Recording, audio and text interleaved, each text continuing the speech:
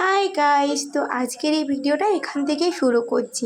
তো প্রথমেই রেডি হয়ে নিয়েছিলাম, কারণ আজকে আমি বাড়িতে করাবো সত্যনারায়ণ পুজো। তো দেখতে পাচ্ছ এই যে কুভারটা ভেঙেছিলাম না কিছুদিন আগে, সেই যে টাকাটা বেরিয়েছিল ওই টাকাটা দিয়ে করে আমি সত্যনারায়ণ পুজো করাবো বলে অনেক দিন ধরে বসেছিলাম। তো প্রথমেই তোমাদেরকে বলে দিই, তো টাকাটা যেহেতু অনেক দিন ধরে জমিয়ে রেখেছিলাম, তাই আজকে পূর্ণিমা পড়তে ভাবলাম পুজোটা করিয়ে নিই। তো প্রথমেই রেডি হয়ে করে বাড়ির পুজোটা করে দিয়েছিলাম। দিয়ে এদিকে এই যে মাটির ঢেলাগুলো বানাচ্ছিলাম, কারণ ঠাকুরমশাই বলেছিল যে এগুলো না লাগবে। তো কী কাজে লাগবে সেটা তোমরা তো জানোই, তো জানি না এগুলো ঠিকঠাক হয়েছে কি না, তো বানিয়ে নিয়েছিলাম।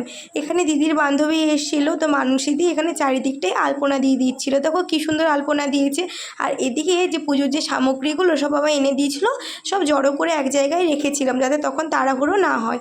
এদিকে ফুলের মালা বানিয়ে নিয়েছিলাম, এবার নিজেরাও একটু আলতা পরে নূপুর পরে রেডি হয়ে নিয়েছিলাম পুরোপুরি, কারণ এবার ঠাকুরমশাই চলে আসবে। যেরকম বলা সেরকম কাজ, ঠাকুরমশাই চলে সব কিছু গুছিয়ে পুজোয় বসে গেছে। আর ঠাকুরমশাইয়ের সঙ্গে আমার মা আর বাবা পুজোয় বসেছিল।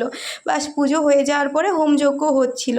হোমযজ্ঞটা দেখো কি সুন্দর লাগছে না। হোমযজ্ঞটা হয়ে যাওয়ার পরে দিদি সবাইকে প্রসাদ বিতরণ করে দিয়েছিল। তো আজকের জন্য এইটুকুই, টাটা।